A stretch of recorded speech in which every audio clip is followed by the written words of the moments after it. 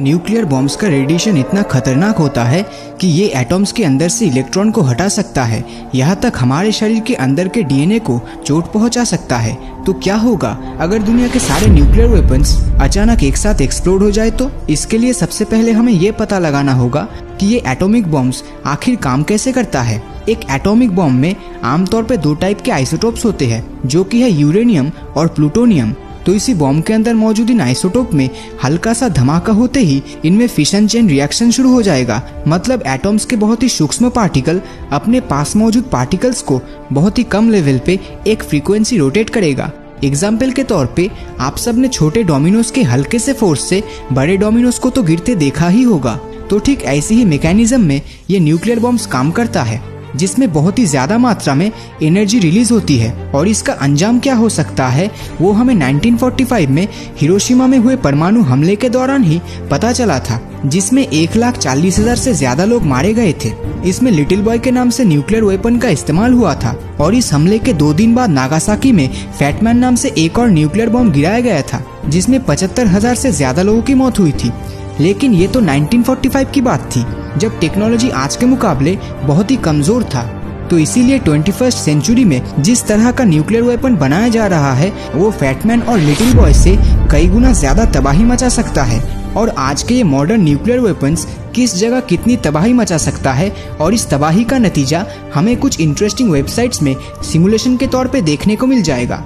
जैसे कि इस न्यूक मैप में आपको लोकेशन का नाम और बॉम्ब्स का टाइप सिलेक्ट करना होगा और फिर डेटोनेट पे क्लिक करते ही आपको इस धमाके से जुड़े सारे डिटेल्स देखने को मिल जाएगा। जैसे कि इस धमाके से होने वाले फायरबॉल्स का रेडियस कितना होगा या फिर रेडिएशन कितनी दूर तक फैलेगा, उसके सारे डिटेल्स आप यहाँ देख पाएंगे। और इन सब वेबसाइट का लिंक आपको इस वीडियो के एंड में मिल जाएगा। अब ये तो बस एक सिमुलेशन के तौर पे रिप्रेजेंट किया गया है, लेकिन अगर ये रियल लाइफ में देखा जाए तो दुनिया के 5 बड़े देश जो कि चाइना, रशिया, यूएसए, फ्रांस और ब्रिटेन, इन 5 कंट्रीज ने रिसेंटली ये कहा कि ये धीरे धीरे इन न्यूक्लियर वेपन्स की संख्या आने वाले समय में घटाने वाले हैं इस दुनिया की भलाई के लिए।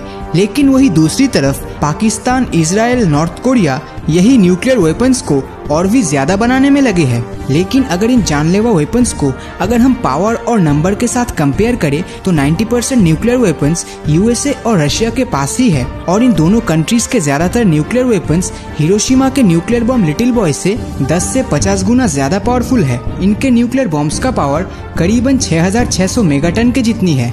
आपकी आइडिया के लिए बता दूं, सूरज हर मिनट में इस दुनिया के कोने कोने तक जितनी सोलर एनर्जी इस धरती के अंदर तक रेडिएट करता है, उसका करीबन 10% सोलर एनर्जी ये 6,600 मेगाटन बॉम्ब के बराबर है।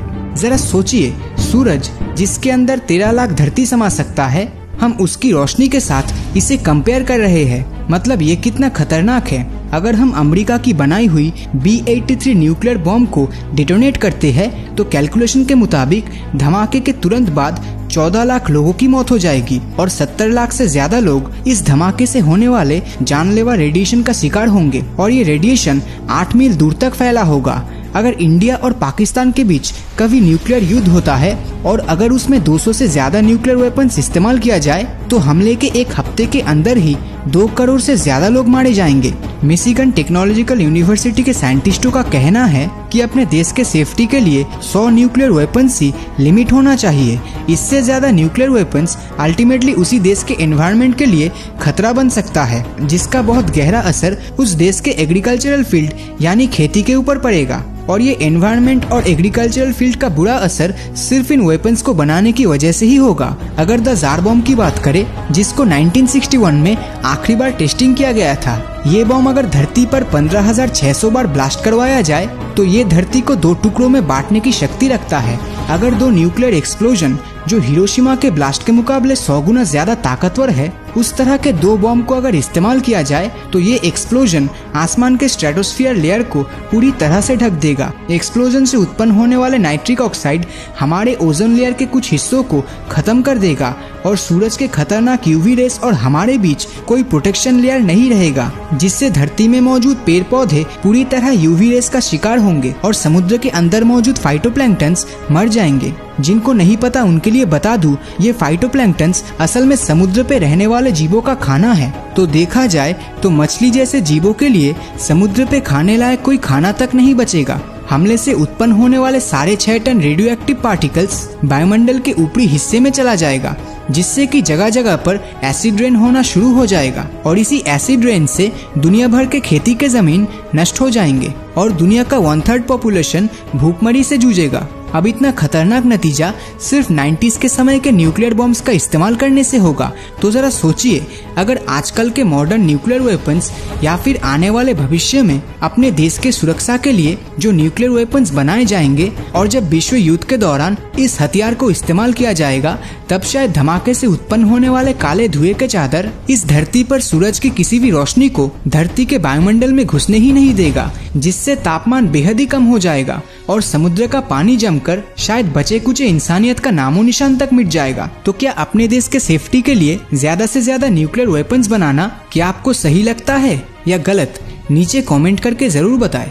और अगर ये वीडियो आपको अच्छा लगा हो तो इस वीडियो को लाइक और अपने दोस्तों के साथ शेयर करना मत भूलना। और अगर अभी तक आपने हमारे चैनल को सब्सक्राइब नहीं किया है तो सब्सक्राइब करके नोटिफिकेशन बेल को ऑन कर दीजिए, क्योंकि मैं ऐसे ही वीडियोस हर हफ्ते लाता रहता हूँ। तो मिलता हूँ आपसे अगले वीडियो में और हमेशा की तरह थैंक्स फॉर वॉचिंग।